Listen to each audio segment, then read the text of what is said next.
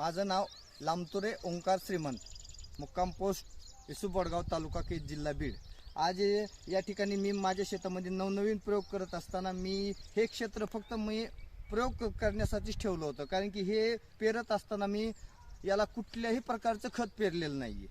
आणि म्हणजे कारण की मित्र आहेत एक माझे FMCत काम करतात आणि आम्हाला बघायचं होतं किंवा न खत पेरता आपण जर हे पेट्रा जर आपण या ठिकाणी FMCचं पेट्रा जर वापरलं तर काय म्हणजे या ठिकाणी जाणवतं का आपल्याला। तर ज्या ठिकाणी ज्या टायमाला मी पेट्रा मारलं आणि त्यानंतर 4 दिवसानं बघितलं तर 4 दिवसानं जेवढं काही हे नाही, पण त्यानंतर 8-10 दिवसानंतर मला अक्षरशः फरक जाणवला आणि मी सरांना बोलवून घेतलं की सर या मला तुम्हाला म्हणजे दाखवायचे, कारण की शेतकऱ्याचं जे हिताचं ना ते आपण सांगायचंच, कारण की मी स्वतः शेतकरी आहे।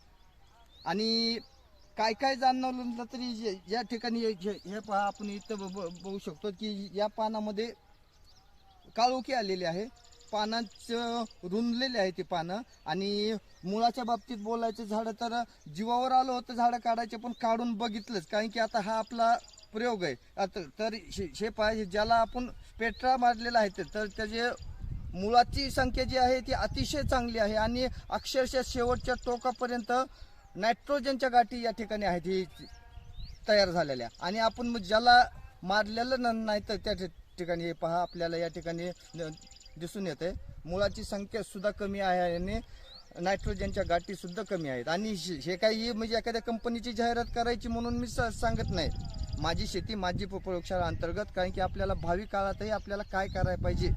आणि अक्षरशः याला बघायला गेलं तर खताचा एक दाणा सुद्धा पेरलेला नाहीये मी, आणि त्याला फक्त हे पेट्रा आता हे काही मला देणार नाहीत घेणार नाहीत काही नाही, यांचं काही माझंही काही नाही, ते पण मला आलेला अनुभव तुमच्याशी सांगावासा वाटलं, कारण की कुठंतरी शेतकऱ्याचं कल्याण झालं पाहिजे हीच एक भूमिका माझी।